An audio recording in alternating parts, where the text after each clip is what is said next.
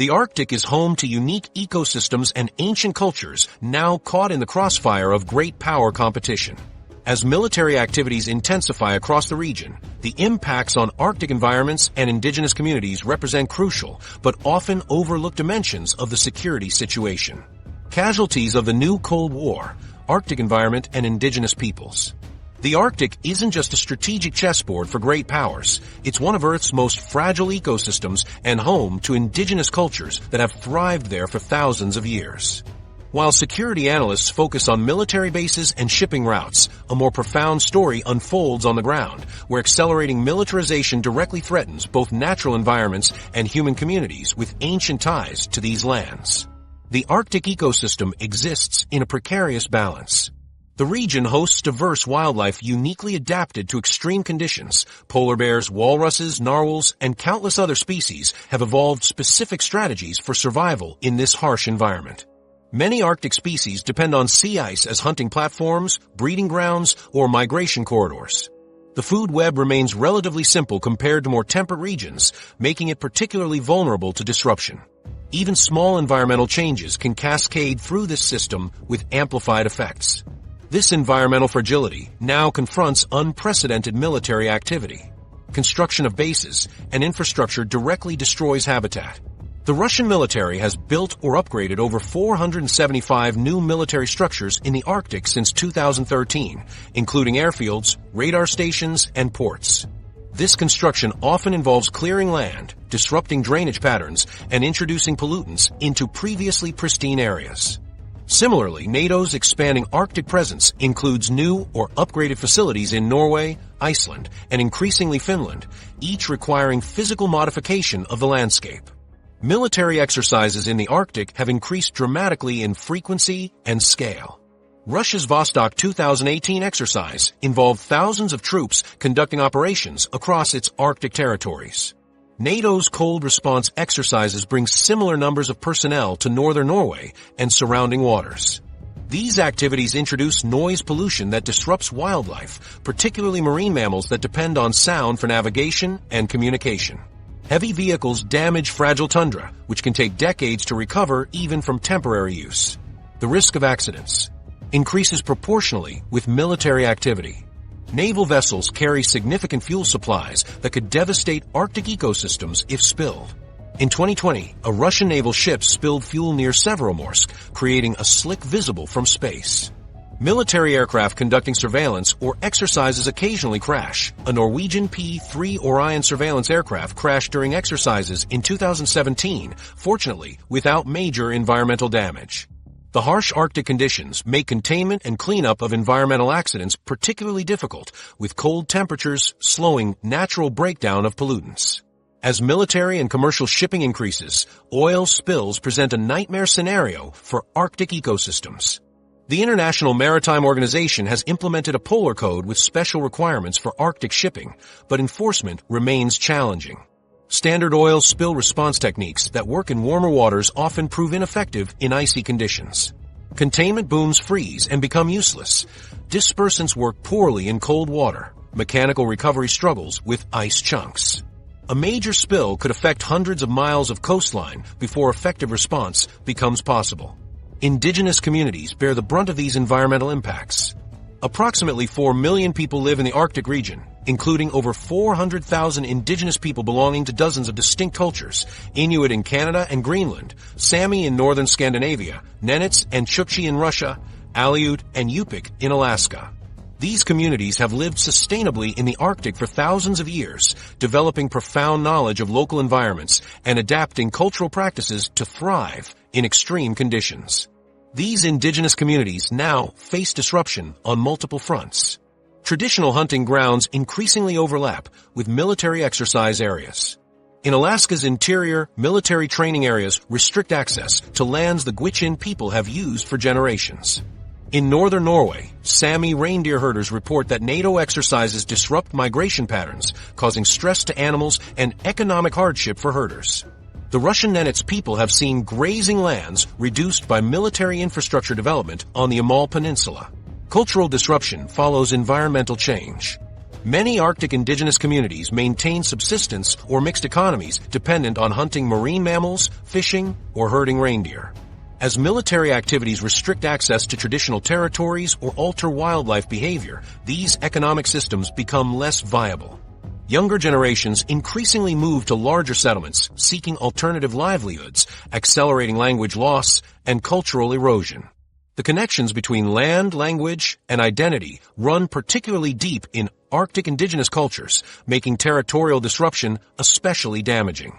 Some indigenous groups have responded by asserting their own sovereignty claims that sometimes conflict with nation-states' territorial ambitions. The Inuit Circumpolar Council, representing approximately 180,000 Inuit across Alaska, Canada, Greenland, and Russia, has advocated for recognition of Inuit homeland rights and self-determination. Their 2009 Circumpolar Inuit Declaration on Sovereignty in the Arctic explicitly challenges the exclusive authority of Arctic states to determine the region's future. Similarly, the Sami Council works across national boundaries to protect Sami rights in northern Fennoscandia, including opposing certain military activities. These indigenous sovereignty movements create complex political dynamics. Sometimes they align with nation-states' interests. Canada has pointed to Inuit presence to strengthen its Arctic sovereignty claims. In other cases, they directly challenge military or resource development plans. The Sami Parliament in Norway has opposed certain aspects of NATO expansion in northern Norway. This creates situations where indigenous rights and national security priorities directly conflict, with indigenous communities often lacking the political power to effectively protect their interests. Military infrastructure development frequently proceeds with minimal meaningful consultation with affected indigenous communities.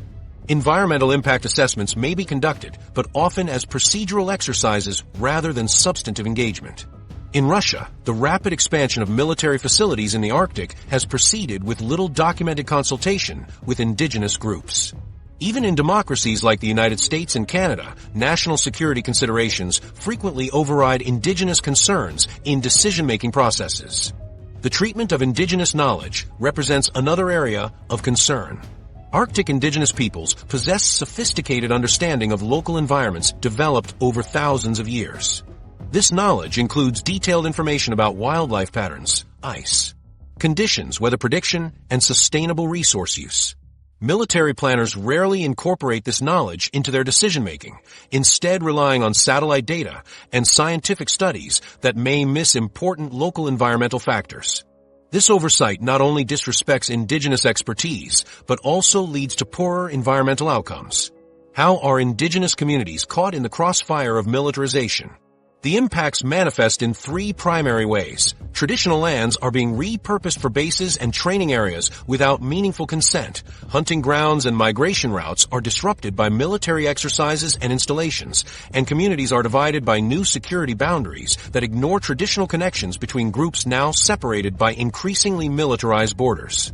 The Inuit people, for example, have traditional connections across the Bering Strait between Alaska and Russia, connections now complicated by deteriorating U.S.-Russia relations and increased military presence.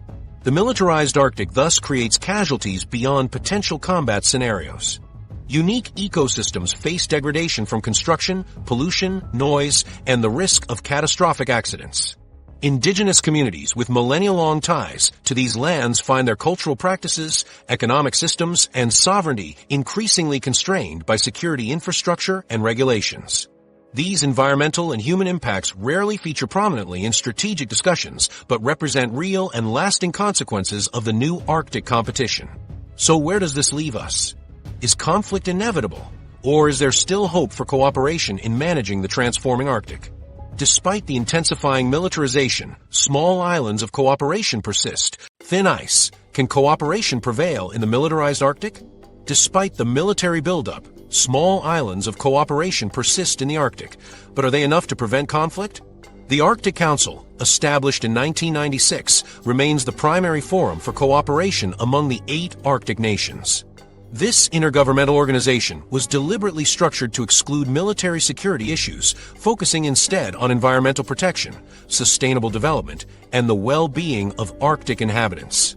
For 25 years, it successfully facilitated cooperation even during periods of tension elsewhere, producing binding agreements on search and rescue operations, oil spill prevention, and scientific collaboration. The Council operates through 6 working groups addressing specific issues like Arctic contaminants, conservation of flora and fauna, and emergency prevention. These technical bodies have continued functioning even when political relations deteriorated between member states. Scientists, indigenous representatives, and technical experts maintain productive working relationships separate from geopolitical tensions. This structure created a foundation of practical cooperation that transcended periodic political conflicts. However, this cooperative framework now faces unprecedented strain. Following Russia's invasion of Ukraine in February 2022, the 7 Western Arctic nations, United States, Canada, Denmark, Iceland, Norway, Sweden, and Finland, suspended their participation in Arctic Council activities. For the first time in the organization's history, its work effectively halted. Russia, holding the rotating chairmanship at the time, continued to convene meetings, but without other nations' participation, these gatherings lacked legitimacy and productivity. This suspension created an immediate governance vacuum. Ongoing research projects lost coordination, data sharing diminished, and collaborative monitoring of environmental conditions became fragmented. The working groups, previously models of effective international cooperation, found themselves unable to convene plenary sessions or make substantive decisions. While some informal communication continued between technical experts, the institutional framework that had supported Arctic cooperation for decades effectively collapsed. The implications for regional governance are profound. The Arctic has no comprehensive treaty system like Antarctica's, which explicitly demilitarizes the southern polar region. The Arctic Council was the closest equivalent, not as legally binding, but functionally effective in managing many regional issues. Its paralysis removes the primary forum where Arctic nations could address common challenges and resolve potential conflicts before they escalate. This governance gap occurs precisely when increased military and commercial activity makes such coordination most necessary. Yet practical necessities continue to force cooperation in specific areas regardless of political tensions. Search and rescue operations represent the clearest example. The harsh Arctic environment makes accidents potentially deadly within hours. No single nation possesses sufficient rescue capabilities to cover the vast region, especially as human activity increases with retreating ice. The 2011 Agreement on Cooperation on Aeronautical and Maritime Search and Rescue in the Arctic, signed by all 8 Arctic nations, established zones of responsibility and coordination protocols. Despite current tensions, these operational-level contacts remain active because the alternatives, letting people die in preventable accidents, are unacceptable to all parties. Oil spill response creates similar imperatives for continued cooperation. The 2013 Agreement on Cooperation on Marine Oil Pollution Preparedness and Response in the Arctic established shared protocols and commitments to assist regardless of jurisdiction where spills occur. Given the catastrophic potential of Arctic oil spills and their cross-border impacts, maintaining these coordination mechanisms serves every nation's interest. Technical experts from coastal nations maintain communication channels regarding pollution monitoring and response capabilities, even when higher-level diplomatic contacts have been frozen. Scientific research presents another area where cooperation persists through informal channels. Climate change research requires data from throughout the Arctic to construct accurate models and understand regional patterns. Russian scientific institutions maintain some contact with Western counterparts through third-party forums and individual researcher relationships. The International Arctic Science Committee, though affected by the broader political situation, continues facilitating limited scientific collaboration. These connections maintain minimal data flow, even as formal research cooperation has decreased significantly. Military-to-military communication channels provide essential safeguards against accidents or misunderstandings. The Arctic Security Forces Roundtable previously brought together military representatives from Arctic nations to discuss regional security challenges and deconfliction measures. While this forum has been suspended since Russia's annexation of Crimea in 2014, more basic communication mechanisms remain functional. These include ship-to-ship communications protocols, aircraft identification procedures, and emergency frequency monitoring. These tactical-level connections don't resolve strategic disagreements, but help prevent incidents from escalating through miscommunication. commercial interests sometimes create unlikely partnerships that override political tensions. The International Maritime Organization continues working on Arctic shipping regulations with participation from all Arctic coastal states. Shipping companies from various nations, including Russia, participate in information sharing about ice conditions and navigational hazards through commercial networks. Energy companies maintain some technical coordination regarding shared resource deposits that cross borders. These business connections create constituencies within each country that favor maintaining minimal cooperation despite broader political conflicts. Is existing international law sufficient to manage competing Arctic claims? The United Nations Convention on the Law of the Sea, UNCLOS, provides a primary legal framework for resolving maritime boundary disputes and continental shelf claims. All Arctic nations except the United States are parties to UNCLOS, though the U.S. generally observes its provisions as customary international law. The convention establishes processes for determining exclusive economic zones, continental shelf extensions, and freedom of navigation rights. However, UNCLOS was not specifically designed for Arctic conditions, and its provisions can be interpreted differently by various nations. Russia claims regulatory authority over the Northern Sea route based on Article 234 regarding ice-covered waters, while the United States maintains these are international straits. The Commission on the Limits of the Continental Shelf works at a glacial pace, taking years to evaluate competing claims to extended continental shelves. These legal ambiguities, combined with the high stakes of Arctic resource development, create conditions where nations might ultimately resort to unilateral enforcement of maximalist claims rather than accepting adverse legal determinations. Can international cooperation prevent armed conflict in the Arctic? The current landscape suggests a mixed picture. Limited practical cooperation continues in specific areas where mutual interest is overwhelming, preventing deaths at sea, responding to environmental emergencies, and maintaining basic navigational safety. However, the broader governance framework is fracturing as strategic competition intensifies. The suspension of the Arctic Council removes the primary forum for addressing emerging conflicts before they escalate. Military activities increasingly occur without effective coordination mechanisms, raising the risk of accidents or misunderstandings.